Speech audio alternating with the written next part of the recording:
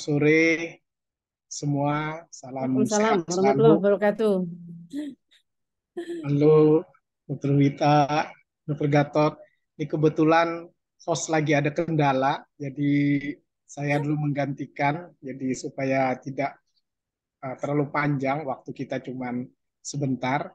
Jadi pertama-tama terima kasih atas kehadiran dari pembicara hari ini, di mana hari ini kita akan membicarakan tentang topik penata laksanaan tumor ovarium pada usia muda. Seperti biasa, acara ASHOGI ini dilakukan setiap minggu dan topik pada bulan Juli ini adalah setiap minggunya kita akan membicarakan tentang permasalahan di ovarium, baik dari sisi manajemen maupun cara diagnostik. Seperti umumnya, seperti minggu-minggu lalu, karena topik ini dibuka untuk khususnya kepada sejawat-sejawat kita yang bekerja di daerah atau tidak terlalu mendalam seperti pembicaraan onkologis. Jadi mudah-mudahan apa materi-materi yang diberikan ini akan menjadi wacana kita, mengupdate ilmu kita dalam diskusi ASHOGI ini. Seperti diketahui bahwa saya biasanya ada hostnya, saya sekaligus saja membuka acara ini. Saya selaku Wakil Sekjen HOGI, kebetulan saya disuruh membuka acara ini. ASHOGI ini di ide pertama dari Ketua HOGI kita, Dr. Brahmana Skandar, Subspesialis Onkologi, dan ini berlangsung sudah untuk hari ini seri yang ke-78, di mana temanya untuk bulan Juli ini khusus untuk ovarium. Untuk tema hari ini sudah saya sebutkan tentang penafarasan ovarium pada usia muda, dan kebetulan hari ini sudah hadir narasumber kita, expert di bidangnya, yaitu Dr. Gatot Nyarumenteng, SPOG Subspesialis Onkologi, beliau dari Fakultas Kedokteran Universitas Pajajaran, dan juga Dr. Wita Saraswati, SPOG Konsultan Subspesialis Onkologi dari Universitas Airlangga. Alhamdulillah sudah berhadir sebagai pembawa materi dan narasumber untuk kita bisa berdiskusi pada hari ini. Saya kira tidak perlu panjang lebar karena saya disuruh membuka dan sekaligus memoderatori. Halo Mbak Nisa, sudah bisa bergabung ya Mbak Nisa? Saya buka langsung nggak apa-apa ya Bu Nisa Iya, karena takut Dr. terlambat. Haryadi, Jadi maaf saya dok. sekaligus saja saya langsung memoderatori untuk acara hari ini, yaitu sudah kita perkenalkan tadi narasumber kita, dan untuk acara ini saya kira tidak perlu panjang lebar, kita akan membuka aja langsung kepada pembicara. Nanti kepada para peserta yang sudah bisa meluangkan waktunya hadir pada saat hari ini, kita bisa berdiskusi, silahkan untuk bertanya melalui chat, nanti saya akan bacakan dan kita bisa berdiskusi apa yang akan ditanyakan langsung kepada narasumber. Saya kira saya persilahkan saja dulu mungkin kepada dua pembicara untuk mungkin ada presentasi. Mungkin pertama dari Dr. Gatot, mungkin dulu silahkan Dr. Gatot. Ya, terima kasih Dr. Heriadi dan juga panitia ya Asuki. Eh, Hari ini saya dan Dr. Wita diberi kesempatan untuk bicara tentang ovarium tumor pada remaja. Ya, kita langsung aja masuk ke materi.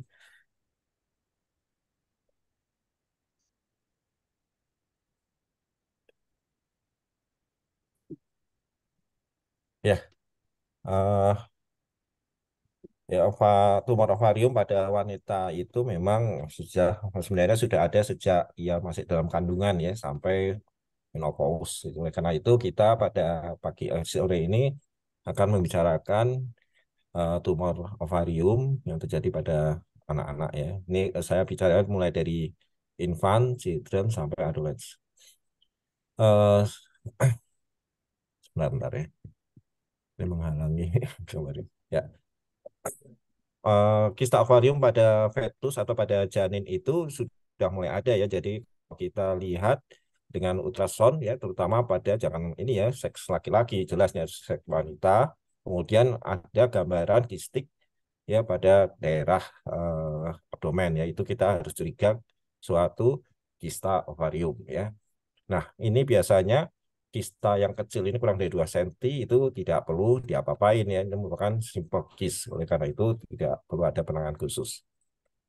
Yang jadi masalah bila terjadi kongenital hipotiroid ya itu akan juga menimbulkan suatu kista ovarium pada fetus. Ini kalau kita lihat gambar di USG ya uterus itu yang bentuknya ini yang kecil ya. Kemudian bladder yang B, kemudian simple kyst ya itu kecil ya kurang dari 2 cm. Ya tidak masalah. Kemudian bagaimana kita bila menemukan kista ya kita bisa lihat ya selama 6 bulan dari umur kehamilan kita observasi ya biasanya kalau dia mengecil itu sudah nggak masalah ya jadi kita diamkan aja.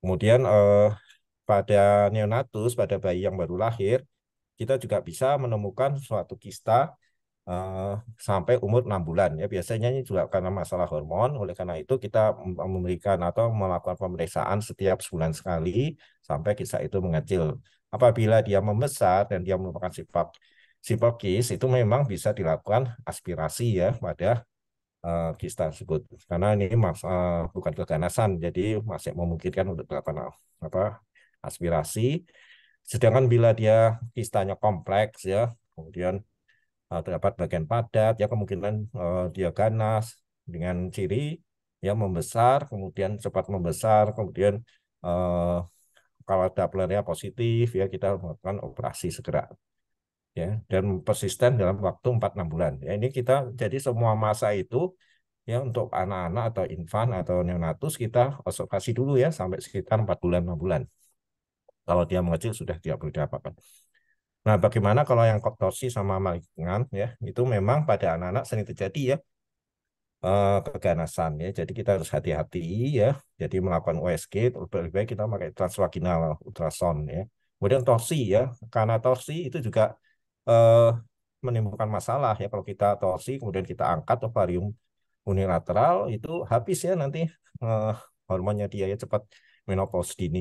Oleh karena itu, tindakan yang paling tepat kita meskipun torsi, kita bukan mengangkat ovariumnya, tapi melakukan distektomi atau eh, jadi bukan memotong ya dan tidak usah takut masalah torsi ini. Apakah dia nanti akan menjadi emboli ya? Karena kita akan eh, pada apa torsi itu kita akan memberikan anti ini ya, anti pembukuan ya seperti heparin atau misalnya aja juga kita berikan sarelco ya untuk mencegah emboli. Kemudian kapan kita melakukan operasi pada masa yang kompleks ya. Jadi kita awasi dulu ya, kita observasi 4-6 bulan apabila dia meningkat dan dia terdiagnosa sebagai suatu tumor kan tumor neoplasma itu pada kista itu ada yang non neoplasma, ada yang neoplasma. Kalau yang non neoplasma itu istilah kita disebut kista fungsional. Ya, jadi kalau kista fungsional itu biasanya dia akan mengecil dalam waktu 4-6 bulan. Tapi kalau dia suatu neoplasma dan terus membesar, kita harus lakukan operasi. Ya, jadi ini 50% kista akan mengecil ya dalam waktu 3 bulan dan juga bisa mengetorsi sampai 30-40%. Dan umumnya dia melakukan regresi secara spontan. Untuk kista ovarium pada bayi atau prepubertas, ya biasanya itu suatu kista yang fungsional. Ya kemudian beberapa kista itu karena masalah hormon ya, jadi karena adanya terutama itu pada prekok ya pubertas yang dini itu juga akan menimbulkan suatu kista ya. Nah, ini ada sindromnya ya, jadi McCune-Albright ya, itu dia menimbulkan suatu kista dan ada juga sebutnya idiopatik prekok pubertas ya. Jadi ini semua menimbulkan suatu kista ya tindakannya seperti kita biasa kita observasi ya dan apabila dia membesar atau mengalami torsi atau pecah ya atau perdarahan itu baru kita lakukan operasi. Ya evaluasi dengan ultrasound dengan Doppler ya, kita lihat kalau dia vaskularisasi grade 2 atau grade 3, apalagi grade 3 kemungkinan ganas lebih besar ya. Kita melakukan ultrasound itu, jadi kalau melihat vaskularisasi dengan ini ya, kita bukan color Doppler tapi power Doppler ya kita pakai, jadi kita bisa lihat vaskularisasi pada massa tersebut. Bila dia grade 1 itu sedikit, grade 2 mulai banyak, grade 3 hampir ya seluruh ini permukaan. Jadi manajemennya tetap ya kita observasi setiap 1 bulan sekali ya, bila dia simple case atau tidak ada gejala ya, apalagi dia mengecil tidak perlu diapa-apain ya, kita observasi aja karena kemungkinan dia kista fungsional. Dan kalau dia dioperasi tergantung itunya juga ya, indikasinya ya, bila ada torsi pecah atau dia keganasan harus segera dilakukan eh, tindakan bedah ya. Untuk torsi tadi saya bilang kalau misalnya dia diangkat ovariumnya habisnya tinggal 1. Oleh karena itu ada sebutnya ooporopeksi ya. Jadi ovariumnya diikat ke dinding abdomen karena kalau kita torsi kita putar ya, kemudian nanti dia akan bisa torsi kembali ya. Jadi kita harus melakukan pengikatan ke dinding panggul biasanya dengan laparoskopi ya. Itu tindakannya. Kemudian untuk masa remaja ya kita juga harus tahu membedakan antara kista fungsional, simpel dan kompleks ya dengan melakukan pemeriksaan ultrasound ya. Eh, untuk ovarium tumor ya yang benign maupun yang benign ya itu juga kita observasi dulu ya sekitar 4 bulan ya, siapa tahu itu merupakan kista fungsional ya. Jadi kalau dia kista fungsional pasti mengecil, tapi kalau dia neoplasma meskipun benign ya, kalau dia tidak mengecil ya, persisten atau membesar harus segera dilakukan operasi ya. Dan hati-hati ya masalah diagnosa banding ya, bisa dia miom, bisa dia infeksi pada tuba ya, hidrosalping ya, atau malah abses pada apendik. Manajemennya seperti biasa ya, untuk semua kista yang fungsional itu diobservasi dulu karena ukuran kurang dari 6 cm itu akan mengecil sendiri ya. Bahkan untuk corpus luteum, kista corpus luteum itu sampai 12 cm masih bisa ditunggu ya, dia akan hilang atau mengecil dalam waktu 3 bulan ya. Jadi tidak diperlukan surgery. Pada neoplasma itu sangat sedikit ya kejadian tumor keganasan ya. Jadi hanya sekitar 1% dari semua tumor ovarium. Jadi sangat kecil. Biasanya malignansi itu 5% ya dari itu. Kemudian terutama malignansi itu terjadi pada germ cell tumor ya. Jadi sekitar 35-45%. Nah, pada neoplasma ovarium ya, yang kita perhatikan juga mengevaluasi apakah dia benign atau ganas ya, dengan tumor marker bisa, dengan ultrasound bisa ya, yang kita periksa. Untuk tumor marker nanti akan dijelaskan ya. Kemudian untuk yang persisten simple case ya, jadi misalnya yang musinosum atau serosum kista, kita bisa melakukan operasi ya di sini kalau dia membesar atau persisten ya dengan kistektomi ya. Kemudian kompleks, masa kompleks, terutama kalau dia ganas, ya terpaksa kita harus melakukan juga staging, tapi yang konservatif atau kita melakukan vasectomy ya, unilateral. Ya, jadi kita harus tahu ya kalau misalnya kita ketemu malignan pada hematoteratoma stadiumnya 1A ya, grade 1 itu tidak perlu kemoterapi ya, tapi kalau ada grade B, grade 2, grade 3, stadium 1 harus kemoterapi ya. Itu bisa tahu grade dari PA. Kemudian untuk ovarium kanker ovarium ya tadi sudah jelaskan itu biasanya pada wanita kurang dari 25 tahun ya terbanyak adalah germ cell ya. Itu dengan perbandingan kurang lebih 20% ya, dan biasanya pada wanita-wanita berusia di bawah 18 tahun. Ya, untuk epitel sendiri jarang ya pada wanita prepubertas ya. Keganasan epitel biasanya dia jinak ya. Kemudian ciri yang paling kita perhatikan itu ya untuk apakah kita melakukan operasi atau tidak ya, bila dia tahu ada nyeri akut abdomen ya kita harus lakukan segera tindakan. ya biasanya itu jadi torsi atau ruptur ya di sana. Kemudian gejala-gejala yang lain yang bisa bisa muntah-muntah ya, kemudian ya nyeri abdomen, penekanan pada abdomen ya. Kemudian pada pemeriksaan kita dapatkan adanya massa ya pada rekta tusing di mana terjadi eh, apa perubahan posisi ya dari uterus ya. Nah, pemeriksaan bisa dilakukan dengan USG ya. Kemudian transvaginal USG juga bisa ya. Kita perhatikan juga umurnya bagaimana ya, tumor marker ada peningkatan atau tidak ya. Apakah dia ada massa solid ya. Itu untuk membedakan jinak ganas. Jadi kalau kita ketemu massa di daerah pelvis, kita berpikiran ya selain germ cell ya bisa sekot tumor, mesin itu jarang ya pada usia itu atau epitel ya atau di luar itu seperti neuroblastoma, Wilms tumor ya, limfoma, leukemia ya itu diagnosa bandingnya. Nah, ini tumor marker yang biasa kita periksa pada usia eh, adolescence itu AFP ya gitu untuk endodermal sinus tumor, myxoid cell tumor, kemudian hematoteratoma. Kemudian bisa juga LDH.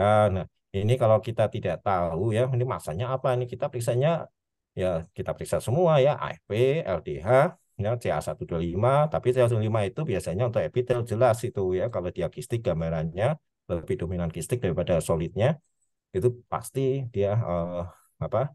Epitel ya dengan 80% ya bagian kalau dia solid lebih dari 80% berarti dia padat ya ovariumnya apa tumornya. Kemudian pemeriksaan beta Hashiki ya pada embrional ovarium karsinoma atau karsinoma pada ovarium ya kita periksa. Kalau dia di usus atau di GI tract ya kita bisa tambah pemeriksaan CEA ya atau periksa inhibin ya bisa kemudian gangguan sel tumor, trombositosis ya biasanya inhibin ini di Bandung tidak ada ya pemeriksaannya. Ya, jadi yang kita periksa rata-rata AFP, LDH, beta CG, CEA ya itu. Nah ini pemeriksaan-pemeriksaan yang dianjurkan ya kalau kita menemukan germ cell ya di skopinoma itu biasanya AFP-nya negatif, HCG negatif, tapi LDH-nya positif ya. Kemudian eh, embrional karsinoma AFP-nya positif, HCG-nya bisa positif bisa negatif ya. Untuk yang ekstra embrionik eh, yang tropoblas ya itu biasanya beta CG-nya yang positif.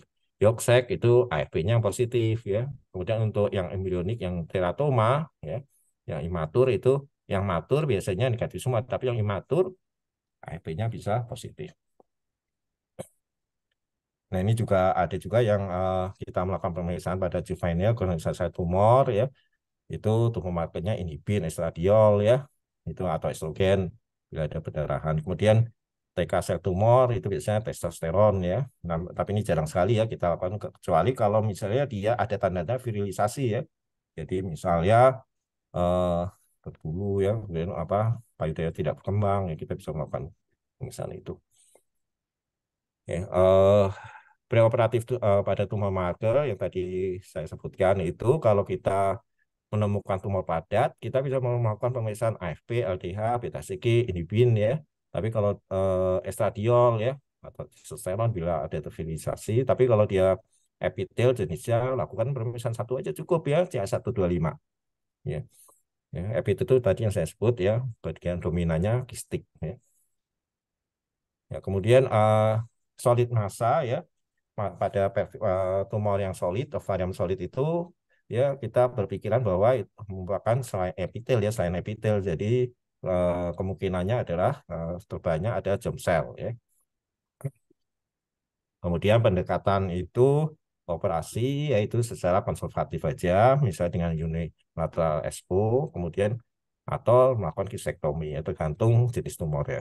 Mungkin nanti akan dibicarakan oleh dokter Wita ya.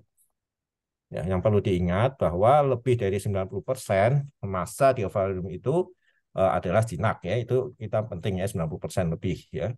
Jadi dan terbanyak adalah yang merupakan fungsional ya, tidak perlu dioperasi, hanya diobservasi yang mungkin 6 bulan hilang massa itu. Dan kemudian kita harus tahu aliran darahnya pada ovarium ya.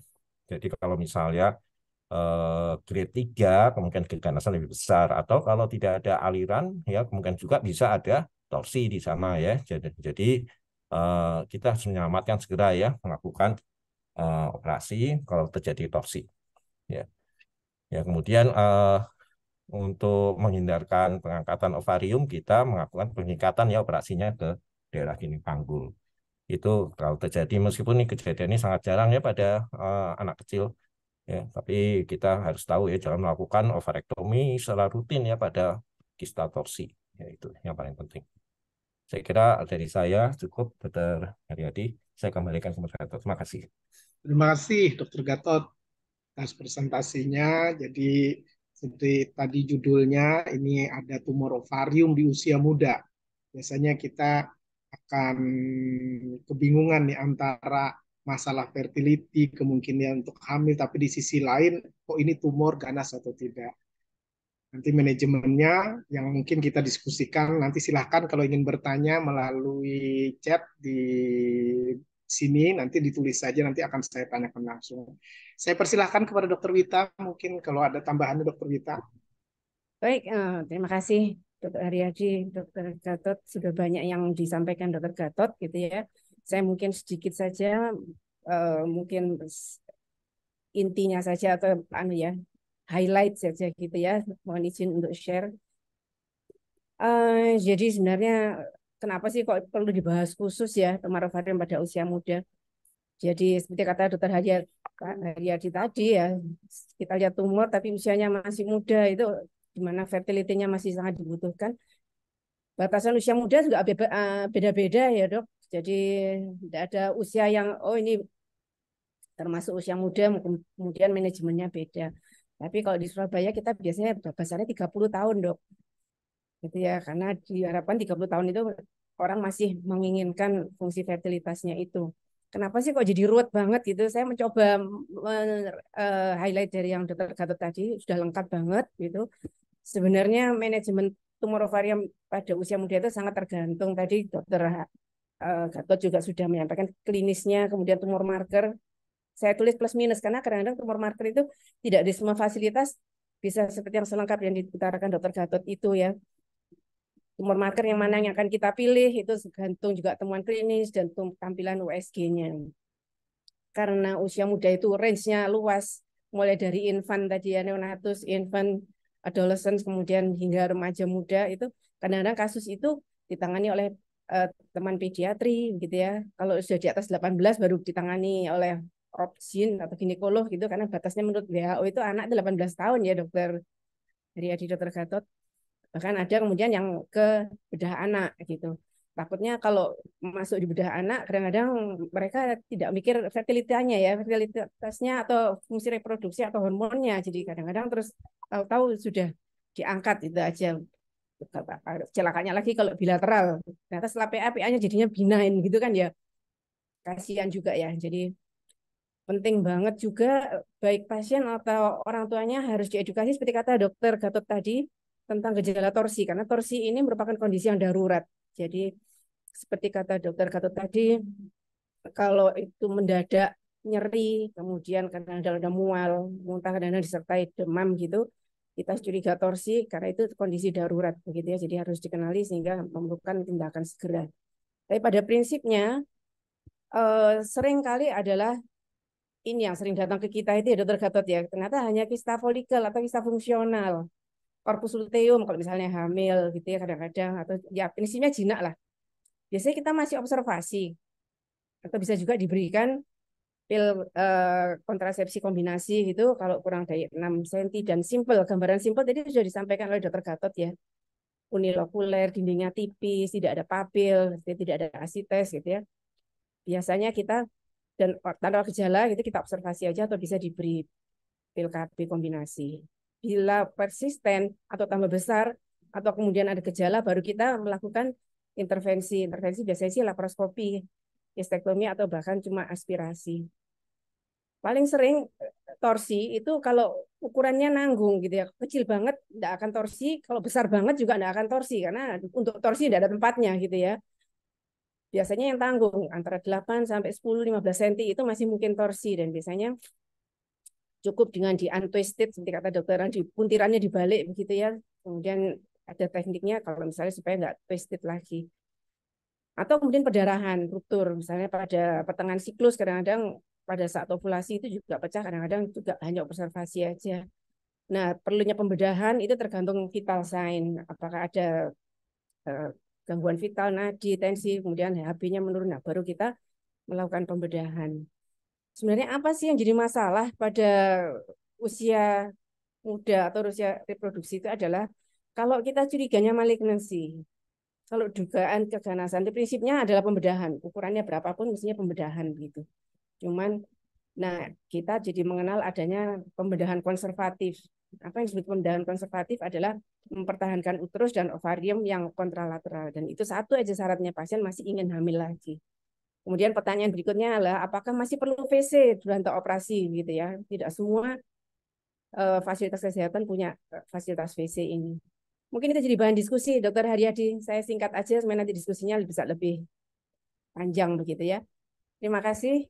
Itu slide saya sementara untuk diskusi.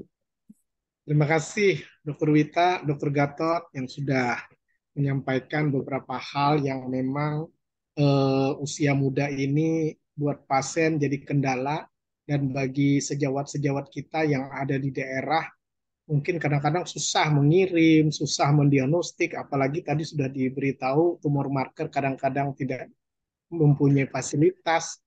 Nah, mereka operasi kadang-kadang juga relapse-nya bagi yang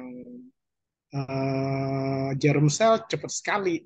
Itu nanti mau diapakan oleh mereka. Ini yang mungkin jadi bahan diskusi kita karena usia muda ini jadi spesial sekali manajemennya. Walaupun prinsip bagaimana keganasan itu prinsipnya sama, tapi kok jadi spesial kata Dokter Wita tadi.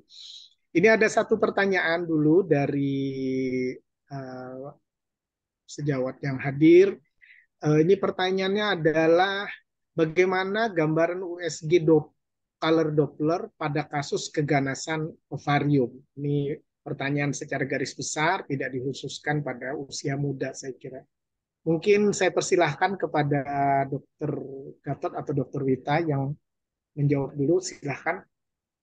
Ya, mungkin ini kita sudah ini ya, sudah tahu ya sistem pemeriksaan ultrasound itu bisa dengan RMI ya, Harris Malignant Index itu, tapi hanya untuk epitel. Kemudian yang kita gunakan sekarang IOTA ya. Jadi itu dengan tiga rule ya. Jadi ada simple rule, kemudian simple descriptor sama yang inkonklusif ya. Jadi pakai annex model. Nah itu saya kira setiap SPUG nanti akan harus bisa ya melakukan itu.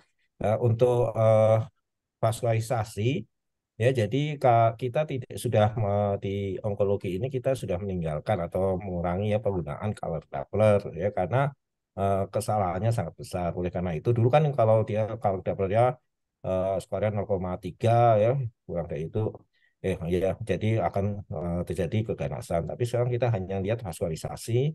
Jadi vaskularisasi secara keseluruhan. Jadi kalau dia eh, negatif atau sedikit ya, vaskularisasi dengan power Doppler ya itu grade 1 ya. Kemudian kalau dia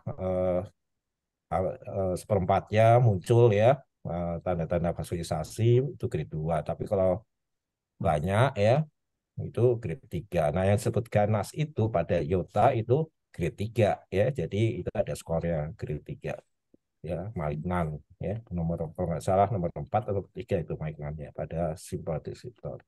Ya, tapi kita nggak usah lihat itu aja ya. Jadi kita kombinasi aja kalau ada yang padat, kemudian ada vaskulasi meskipun negatif ya kemungkinan keganasan juga ada di sana ya.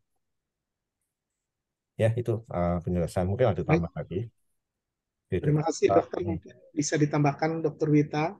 Iya, ya menarik. Jadi sekarang USG pun itu sudah banyak yang ada color Dopplernya juga ya, Dokter Haryadi, Dokter Gatot. Oke. Itu sangat memudahkan SPOG untuk eh, kira-kira bisa menentukan apa gitu. Ya, kalau pada kasus keganasan kita mengenal ada PIRI ya. Saya kata Dokter Gatot kita tidak pernah pakai itu lagi gitu ya. Soalnya kita jadi mungkin kalau teman-teman yang di daerah PI pulsatil index dan RI resistance index itu penting banget ya. Ada skor-skor kalau lebih dari 0,1 itu eh, mengarah keganasan gitu. Mungkin saya dikoreksi dokter Hari, soalnya nggak pernah lagi saya pakai RIPI gitu ya. Kita jarang lagi pakai itu ya. Kemudian ada ya tampilan-tampilan color Doppler itu sangat membantu untuk teman-teman sekalian sebenarnya. Itu aja dokter Baik, Haryadi. terima kasih dok. Ya, memang sekarang kita itu kan tidak berfokus pada satu parameter ya untuk Ya, mendiagnostik itu. Kalau kita gunakan USG sekarang IOTA indeks itu kan lebih banyak dipakai, yang simple itu lebih banyak dipakai. Tapi color bukanlah sesuatu yang harus jadi parameter utama saya kira. Itu beberapa scoring yang kita pakai. Baik dok, saya kira sudah terjawab tadi. Ini ada pertanyaan kedua. Apakah kista corpus luteum akan bermanifestasi pada infertilitas? Apakah boleh diberikan di MPA untuk regresi kista? Mungkin saya agak belum ini ya, bermanifestasi pada infertilitas. Apakah pengertiannya ini mungkin orang yang memang dalam kondisi hamil biasanya kan memang corpus luteum yang bertahan mengganggu menstruasi juga, jadi orang tidak haid mungkinnya. Nah, terus dikasih di MPA, apakah regresi kista itu? Mungkin bisa dijawab dulu, dok. saya sama aja, sama-sama ya. Iya, ya, Iya. Jadi kista luteum, kista kuning itu kan setelah ovulasi gitu ya. Terus kemudian ada yang persisten, ada yang dia menghasilkan hormon progesteron kan begitu kan. Itu sebenarnya ya, sering pada hamil kan ya, lutein kist gitu ya. Karena hamil, kemudian lutein itu menghasilkan progesteron yang akan justru membantu supaya pada kehamilan itu tidak keguguran. Nah, sekarang misalnya ada kista yang persisten, kista corpus luteum itu, dengan adanya kista yang persisten itu mungkin akan mengganggu dari ovulasi-ovulasi yang berikutnya. Bisa juga enggak, gitu ya, karena tergantung besarnya juga dan sebagainya. Apakah bisa diberikan DMPA? Saya sih tidak ada pengalaman dokter kalau untuk diberikan depo yang 3. Biasanya kita pakai pil KBOC itu ya, ya, kemudian kita bisa evaluasi setiap 1-2 siklus atau 3 siklus begitu untuk melihat kalau yang dimaksud kista folikel atau kista fungsional mungkin maksudnya kita lebih bisa menangkap ya dokter Haryadi ya. ya. Pertanyaannya lagi kista luteum itu kan. Saya patokan saya berarti ini lagi hamil ya dari kista luteum atau lutein kis ya atau mola begitu kan. Itu ada persepsi saya. Jadi kita bisa pakainya pakai pil kontrasepsi yang kombinasi. Mungkin dokter Gatot ada Ya. tambahan. Ya, Mungkin ada tambahan, kalau Dr. Gatot? yang saya tahu justru terbalikannya ya, kalau kita ada memberikan DMPA ya, itu malah menimbulkan kista corpus luteum ya. Jadi harus di stop ya itunya DMPA-nya itu. Jadi kalau kista lutein itu biasanya pada orang hamil, kalau corpus luteum itu bukan ya. Jadi kalau kista lutein itu pengaruh hormon ya, ada peningkatan beta CG yang biasanya dia akan eh, hilang ya atau berkurang ukurannya setelah hamil 3 bulan ke atas ya. Jadi kita observasi aja kalau kista lutein itu. Kalau masalah DMPA yang saya tahu sih malah kebalikannya itu bukan menghilangkan ya. Ya, terima kasih. Betul. Baik. Jadi, Terima kasih dokter.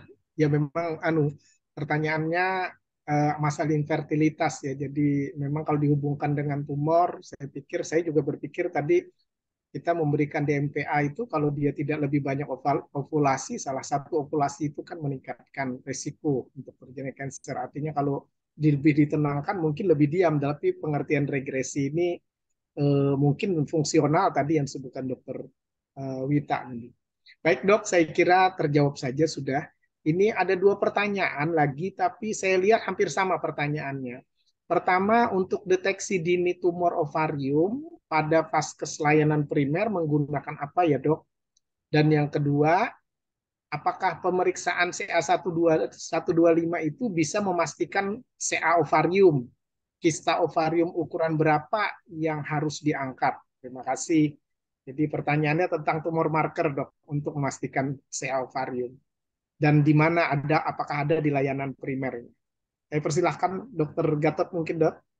ya, yang pertama dulu untuk deteksi ya, deteksi tumor ovarium sampai saat ini sulit ya meskipun dia ada genetik BRCA-nya orang tua ya positif ya, itu belum ada kita sampai saat ini. Misal BRCA positif dia akan jadi CA ovarium itu enggak ya, jadi Yang ada sekarang ini kalau dia sudah berumur 40 tahun dengan BSA positif, ya kita harus rutin melakukan pemeriksaan ultrasound setahun sekali ya. Tapi kalau dia sudah jadi tumor, ya sudah ya kita angkat terpaksa. Tapi kalau dia belum jadi tumor, di negara kita belum ada ini ya, ovarektomi apa profilaksis itu belum ya. Kalau di Eropa itu sudah. Ya itu yang pertama. Yang kedua, pemeriksaan tumor marker CA125 apakah rutin dilakukan? Ya, itu justru tidak perlu ya, karena untuk melihat peningkatan CA125 itu tumor itu salah ya. Jadi dia itu hanya CA125 itu sebenarnya untuk melihat ini paling bagus untuk melihat observasi setelah kita melakukan tindakan ovarium ya, CA ovarium yang epitel ya. Jadi kita perlu melakukan pemeriksaan itu secara rutin ya, apakah dia meningkat. Kalau meningkat berarti ada kekambuhan. Tapi untuk deteksi kita melihat tumor makot CA125 jadi 100 saja. Wah, ini ada ganas, itu salah karena diagnosa bandingnya banyak ya. Bisa karena endometriosis ya, bisa juga karena TBC, infeksi, kehamilan aja meningkat ya. Jadi kita juga tidak perlu ya memeriksa rutin CA125. Yang penting kita eh, USG lah ya minimal untuk mengetahui apakah ada tumor atau tidak. Nah, setahun sekali kalau dia ada keturunannya genetik. Itu aja tambahan saya. Baik, Dok. Mungkin tadi juga pertanyaannya apakah di fasilitas pelayanan primer menggunakan apa ya? Pertanyaannya juga begitu kalau mendeteksi sel ovarium begitu. Ya Silakan mungkin mungkin Dokter Wita kita juga ya menambahkan, itu Dok. kita itu jelasin. Ya, baik. Jadi perlu kita sadari bersama bahwa deteksi dini tumor ovarium itu nggak ada ya. Sampai saat ini tuh tumor marker, imaging untuk mendeteksi dini, artinya screening begitu, tidak ada. Dan pada populasi umum, artinya yang tidak berisiko tinggi, tidak ada gunanya juga dilakukan screening, tidak tahu tahunan atau apalagi bulanan gitu ya. Tidak ada gunanya pada populasi umum. Artinya orang-orang yang berisikonya risiko populasi umum. Beda halnya dengan kalau dia dari awal sudah berisiko tinggi. Orang yang berisiko tinggi atau pada siapa saja ya, misalnya ada dari garis ibu gitu ya, garis pertama itu ada CA mama, CA kolon, itu yang menderita sebelum usia 40 menderita itu. Jadi kemudian atau sudah ada CA ovarium dari ibu sebelum usia 40. Nah, itu kemudian kita mengkategorikan anaknya itu sebagai populasi yang berisiko tinggi. Nah, itu mungkin ada gunanya dengan pemeriksaan BRCA dan sebagainya seperti kata dokter Gatot tadi. Nah, di vaskes primer ya, jangankan vaskes primer ya dok, vaskes yang tersier aja untuk screening atau deteksi dini nggak ada gitu ya. Jadi nggak usah pusing bagaimana cara mendeteksi dini atau screening CA ovarium karena nggak ada sampai saat ini. Makanya disebut sebagai silent killer. Tahu-tahu sudah lanjut begitu ya.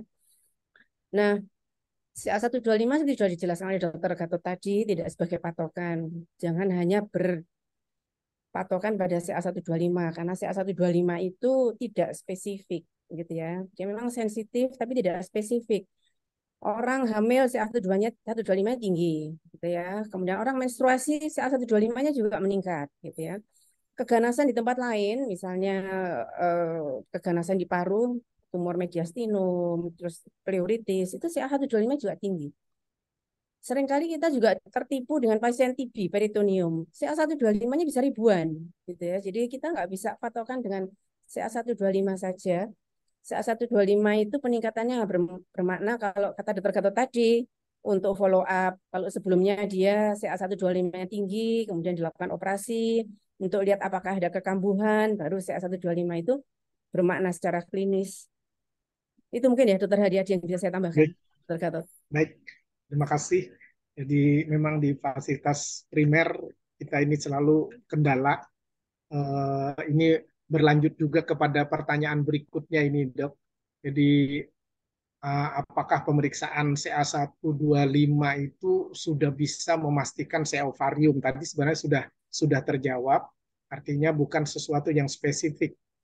Tapi pertanyaan berikutnya ini kista ovarium ukuran berapa yang mesti harus diangkat? Artinya modalitas sejawat kita di daerah ini kan memang mungkin sama dengan stetoskop, USG sudah ada. Kalau tumor markernya mungkin agak susah ya dok. Jadi pertanyaan lanjutannya, apakah ukuran berapa sih yang harus diangkat? Terutama kita topik kita pada usia muda mungkin begini dok. Saya persilahkan Dokter Gatot. Ya, itu pertanyaan bagus ya. Jadi Ya, tadi kan sudah dijelaskan ya. Kalau di textbook itu dikatakan 8 cm ke atas ya.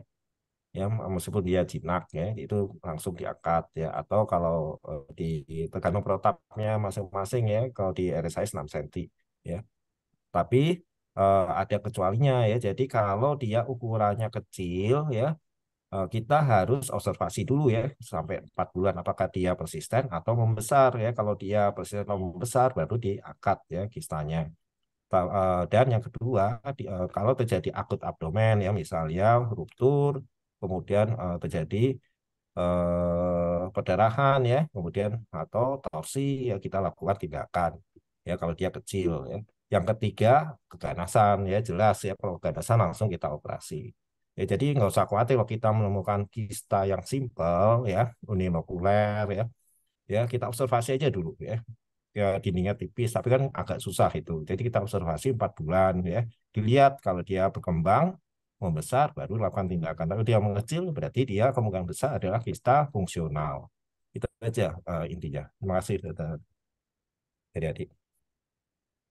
si Dokter Gatot. Mungkin ada tambahan Dokter Wita. Ya, rasanya sudah saya sampaikan di slide saya tadi begitu Ya, ya. Jadi biasanya kalau tampilan, lagi-lagi kita bicara tampilan secara USG ya. Kalau tampilannya itu simple, unilokuler, kemudian apalagi nanti kalau kita lihat vaskularisasinya itu minimal gitu, kita bisa observasi 6 sampai 8 cm itu masih bisa gitu ya. Itu bisa diobservasi. Jadi kecuali kalau ada tanda-tanda akut seperti yang dokter kata tadi, terpuntir atau ada perdarahan sehingga vital sign-nya terganggu begitu. Jadi apalagi kalau kita cuma 2-3 cm ya, ya observasi aja, jangan buru-buru mau tindakan gitu ya. Makin kita melakukan intervensi pada ovarium, fungsi hormonalnya, fungsi fertilitasnya makin terganggu. Bahkan kalau teman-teman dari fertilitas, dari FAIR itu sekarang bahkan endometriosis pun tidak di-OT-OT dulu, pokoknya bayi tabung dulu gitu katanya kadang ya. Sebab kalau di-OT-OT jadi malah nanti mencegah menyebabkan ovarian failure malahan. Itu mungkin. baik, Dok. Ya, Terima kasih. ya. Jadi ini pertanyaannya memang lebih banyak untuk sejauh-sejauh kita di lapangan ini, Dok. Jadi memang kendala pada usia-usia muda. Nah, ini juga ada pertanyaan, eh, apakah tadi yang mungkin disebutkan Dokter Wita itu wanita yang mempunyai risiko tinggi terkena CA ovarium. Nah, perlu diberikan profilaksis dan bagaimana penggunaan profilaksis. Nah, mungkin ini profilaksis pengertiannya apa? Mungkin saya sendiri belum tahu persis ke arah mana, tapi mungkin bisa seperti Dr. Wita tadi sebutkan, karena ada orang-orang yang memang ada CA kolon, CA mame, apa yang harus kita sikapi mungkin, Dok? Pertanyaannya Saya bagus coba sekali, jawab ya. tajam sekali, Dok. Ya, saya coba tahu. Kalau mau pasti profilaksisnya berhasil ya BSO ya. Tapi Bisa kalau minum positif. beresiko ya gitu, maaf maaf ini guyon ya. Jadi di literatur dikatakan kalau populasi yang berisiko tinggi terus profilaksis kalau misalnya dia paritasnya cukup ya BSO aja begitu kan. Nah ya akan ya. Saya nggak tahu apakah kontrasepsi kombinasi yang dikatakan menurunkan risiko CA ovarium itu bisa banyak membantu. Mungkin mungkin ada gunanya juga sebagai profilaksis. Dikatakan itu memang ya.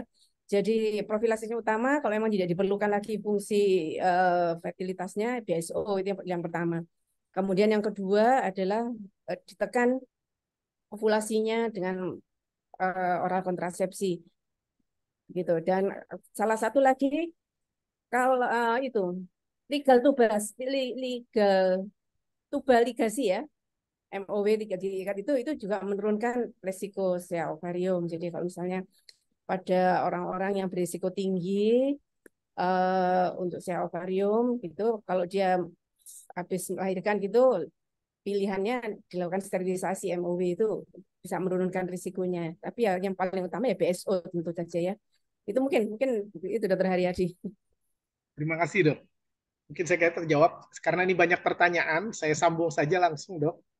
Eh, ini tadi cerita tentang masa observasi 4 bulan. Apakah boleh diterapi tambahan bila mempunyai kista mungkin dianggap fungsional, Dokter Gatot, yang apakah bisa dikasih pil kombinasi untuk mendukung kista biar dapat mengecil katanya. Dan ini pertanyaan kedua mungkin biar menyingkat waktu. Kalau ada pasien Mac syndrome, kemudian disfungsi peritoneum, apakah terapi konservatif yang dapat dilakukan pada bidang ginekologi? Jadi ada fibroma, asites, tapi konservatifnya diapakan katanya kalau Mac syndrome pada usia muda? Ya, untuk Max syndrome sendiri ya, itu kan kita tahu ya penyebabnya tumor padat yang jinak ya. Jadi kalau kita ini Max syndrome kan masih belum ya. Kalau kita nggak mengangkat tumor ya, Max syndrome-nya tetap ada, asites, fusi pleural. Jadi kita harus angkat ya tumor padat jinaknya itu kita angkat, baru dia hilang sendiri.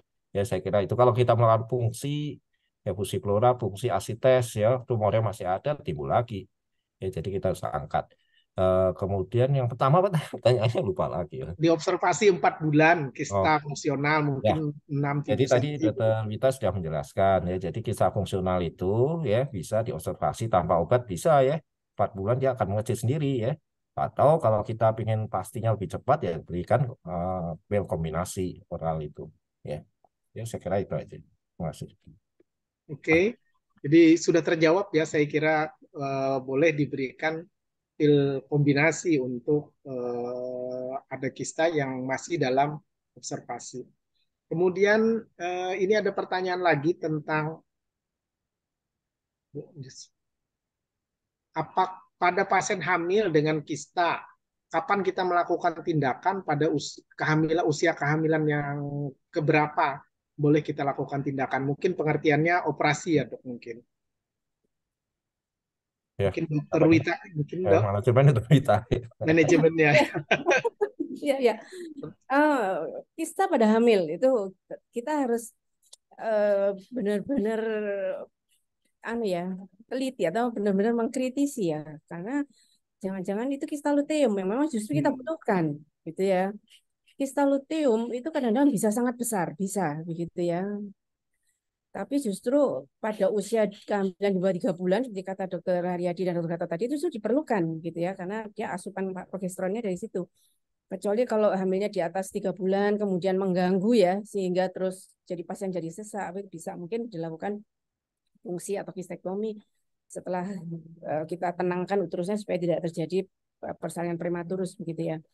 Tapi selama kita berpatokan bahwa kista itu benign gitu, sebenarnya prinsipnya masih bisa kita lakukan konservatif.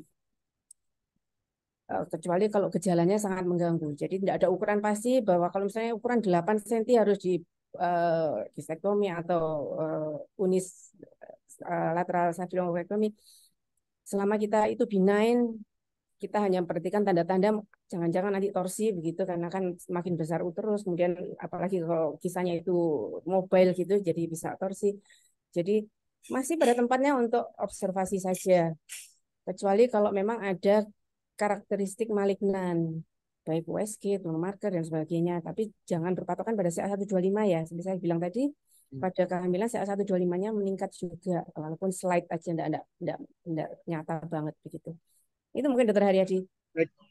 Jadi, terima kasih dok. Enggak ada tambahan dari saya ya. Jadi kalau misalnya dia hamilnya kistanya itu besar ya, kista jinak nih ceritanya. Kalau ganas itu segera operasi jelas ya. Kalau dia jinak ukuran besar ya kita bisa melakukan operasi kalau misalnya kita ketemunya di awal ini ya di umur usia kehamilan 3 bulan, 4 bulan, 5 bulan kita bisa segera operasi ya. Untuk yang ukurannya besar di 8 cm. Tapi kalau misalnya sama torsi ya kalau terjadi torsi apapun ya umur kehamilan. Tapi kalau dia di atas itu ya kita akan banyak memanipulasi itu rahim ya. Jadi akibatnya kita keluarkan uterusnya ada janin itu akan terjadi prematur ya. Jadi hati-hati. Maka itu pada usia kami 6 bulan sampai 8 bulan ataupun itu meskipun kistanya besar kita observasi aja ya itu. Tapi kalau dia di bawah 22 minggu kistanya besar sekali lebih baik kita lakukan tindakan ya kalau dia memang lebih dari 8 cm. Itu aja tambahan saya. Ya, resiko torsi ya dok ya. Baik, terima kasih. Ini bagus juga nih pertanyaannya dok. Ini cerita usia muda, mungkin belum punya anak ini ya. Apakah pasien dengan kista ovarium 5 cm jika diberikan induksi ovulasi clomifencitrat bisa meningkatkan ukuran kista? Jadi manajemen untuk orang muda juga ya, artinya ingin hamil orang seperti ini. Mungkin Dokter Ruita bisa menjawabnya, Dok. Ya, ya, ya. Jadi dengan sebelumnya ada kista, dengan kita lakukan induksi ovulasi, itu bisa memang meningkatkan ukuran kista yang sudah besar itu.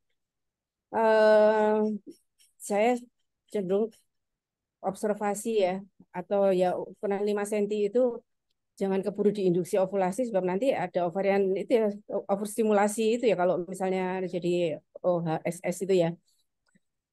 Nah, itu kalau dipicu induksi ovulasinya itu. Jadi eh, 5 cm ya tergantung pasiennya juga ya usia berapa. Kalau sudah mepet-mepet usia 35, 40 gitu ya, keburu induksi ovulasi. Jadi saya tidak punya pengalaman kalau untuk itu dan juga saya kurang kurang bisa menjelaskan bahwa oh iya akan meningkatkan itu saya tidak ada datanya. Mungkin Dokter Gatot, Ya, Dokter yang saya tahu sih ya. pemberian kolmesitrat itu pada kista ya tidak dianjurkan karena akan menambah itu ya masa tumornya. Itu aja. Jadi sebaiknya dilakukan tindakan operasi dulu ya, diangkat dulu kistanya baru melakukan ya, itu ya. Pemeriksaan AMH juga penting ya. AMH. Jadi kalau misalnya AMH-nya sudah kecil, ya kemungkinan besar juga anti modern hormon ya itu juga eh, percuma juga ya kalau dia sudah kecil kemudian kita mau diinduksi apalagi sudah kistanya ya. Jadi lebih baik eh, kita angkat aja dulu lah ya karena akan memperberat kista itu. Ya, Oh, ya. ya, oke, terima kasih ya. Kadang-kadang dari fertilitas juga mereka takut terjadi hiperstimulasi ya, jadi bisa terjadi ovarium yang cukup banyak tumbuh, itu salah satu resiko memang terjadinya perubahan pada ovarium karena epitelnya juga akan bertambah banyak.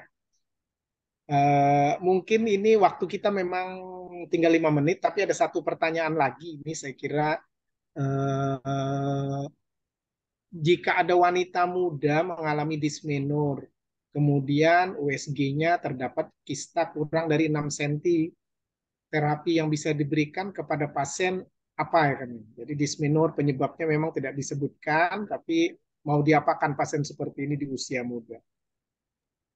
Silakan Dokter Gatot. Ya, dysmenorrhea itu banyak ya penyebabnya, bisa karena endometriosis, bisa karena infeksi ya. Itu jadi tapi ini kan biasanya dysmenorrhea itu waktu men ya. Jadi terus nyerinya waktu men. Kita harus tahu dulu ya jenis tumornya apa nih ya. Kalau misalnya kista fungsional atau kista ini kan kita sebutkan ya diobservasi aja dulu kurang dari 6 cm ya. Kalau dia membesar atau persisten baru operasi ya diangkat tumornya observasi 4 bulan ya meskipun ya itu ya. Kalau dia penyebabnya endometriosis ya dan itu juga akan mengganggu infertilitas ya ya mungkin ya kita bisa melakukan tindakan operasi ya karena saya nggak tahu ya ada dua pendapat yang mengatakan kalau operasi malah terjadi perlengketan karena kistanya pecah ya pecah menyebabkan perlengketan pada tuba pada usus ya akibatnya tambah susah hamilnya ya. Ya, tapi kalau misalnya itu kita lihat dulu ya 6 cm itu apa jinak atau ganas. Kalau patokan kita di Berek ya Novek observasi 4 bulan ya kemudian kalau dia meningkat operasi kalau dia tetap dia menurun tidak perlu dioperasi meskipun ada dysmenorrhea ya itu patokan di sana aja cukup ya. Terima kasih. Ya. Baik, terima kasih. Ada tambahan Dokter Ita? Ya, prinsipnya tahan diri dulu deh gitu ya. Tahan diri dulu deh. Jangan agresif Ya, ya. ya. Karena pentingnya kata-kata usia muda itu penting banget tuh, fungsi dari ovarium itu. Makin diudik-udik makin nanti jadi failure ya kan kata dokter Gatot pelekatan dan sebagainya. Apalagi kita lakukan kistektomi bisa jadi nanti rest sisa jaringan ovariumnya malah tidak menghasilkan folikel gitu ya. Jadi prinsipnya tahan dulu, observasi begitu. Kalau perlu, apalagi usia mudanya masih misalnya usia muda dan dia belum keburu-buru untuk hamil misalnya begitu, kita bisa memberikan kontrasepsi kombinasi begitu, pil. Nah itu sampai diobservasi masih pada tempatnya. Jadi untuk intervensi surgery tahan diri dulu deh gitu ya. Dokter Haryadi, Dokter Gatot. Baik, Ya, baik dok. Karena keterbatasan waktu, dokter, kita sudah banyak terima kasih kepada dokter sebagai narasumber dan beberapa peserta yang sudah bisa berhadir di sini. Beberapa pertanyaan memang kami tidak bisa menyampaikan kepada narasumber, tapi intinya sudah kita jawab hal-hal yang perlu dilakukan pada manajemen masalah di ovarium, khususnya pada usia muda. Mungkin secara garis besar saya memberikan gambaran dari diskusi kita ini memang problem dalam masalah usia muda ini kita selain bagaimana melakukan diagnostik tadi sudah disebutkan baik bertanya, anamnesis, kemudian kita melakukan pemeriksaan klinis bahkan penunjang dengan menggunakan USG ataupun laboratorium tidak ada satu yang paling spesifik dan jeleknya memang screeningnya tidak seperti pada CA cervix ya dok. Nah ini yang kesulitan. Nah pada usia muda manajemennya jadi kekhususan. Apakah perlu radikal, VC di manajemen oleh teman sejawat kita di daerah, ini yang jadi kendala. Apalagi kalau dia malignansi cepat sekali kekambuhannya. Jadi intinya diagnostiknya ini kita harus memikirkan betul, apalagi dalam manajemen, jangan sampai terlalu radikal karena memikirkan bagaimana fertility, tapi di sisi lain kita harus memikirkan juga kalau ini benar malignansi, resiko dia residifnya tinggi sekali, terutama germ cell. Saya kira itu mungkin yang sudah disampaikan dan saya sedikit membuat kesimpulan. Mudah-mudahan ini bermanfaat buat kita semua yang hadir di sini, bagaimana kita memanajemen ada masalah di ovarium pada usia muda. Saya kira itu. Terima kasih sekali lagi kepada narasumber Dr. Gatot, Dr. Wita, kepada seluruh peserta yang bisa hadir di online ini. Salam sehat selalu, mudah-mudahan kita bisa membantu masyarakat kita, pasien kita, sehingga manajemen kita menjadi lebih baik. Saya kira itu. Terima kasih, saya kembalikan kepada host, kepada Dr. Nisa. Saya sebagai moderator, terima kasih, mohon maaf, salam sehat selalu. Saya kembalikan ke Dr. Nisa. Baik, terima kasih Dr. Haryadi. Seru sekali diskusi kita sore hari ini, tercatat sekitar 230 orang peserta sudah join, dan lengkap serta komprehensif sekali penjelasan para narasumber kita tentang tumor ovarium pada usia muda.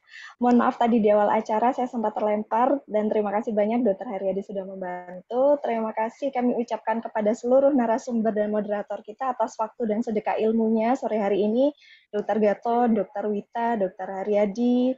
Dan dari diskusi kita sore hari ini kita mendapatkan gambaran bahwa spektrum jenis tumor ovarium pada usia muda itu sangatlah luas sehingga kita memerlukan penegakan diagnosis yang tepat mulai dari anamnesis, pemeriksaan fisik, pemeriksaan USG, dan mungkin juga perlu penambahan tumor marker. Dan sekitar 90% masa di ovarium pada usia muda adalah jinak sehingga yang masih bisa dilakukan adalah observasi. Bila pun kita memerlukan tindakan operasi, sebisa mungkin dilakukan adalah sekonservatif mungkin. Baik, tidak terasa 1 jam sudah kita berdiskusi, sampailah kita di akhir acara. Semoga bahasan kita sore hari ini membawa banyak manfaat bagi kita semua. Kami ucapkan terima kasih atas perhatian dan atensi seluruh peserta ASOGI, dan jangan lupa untuk kembali mengikuti seri ASOGI berikutnya dengan tema penata laksanaan kista ovarium pada perempuan pasca menopause hari Rabu tanggal 12 Juli 2023 pukul 15.30 waktu Indonesia bagian Barat. Sampai jumpa di ASOGI seri berikutnya. Kami undur diri. Wassalamualaikum warahmatullahi wabarakatuh. Waalaikumsalam. Terima kasih, Dokter. Indonesia. Ya, pamit ya.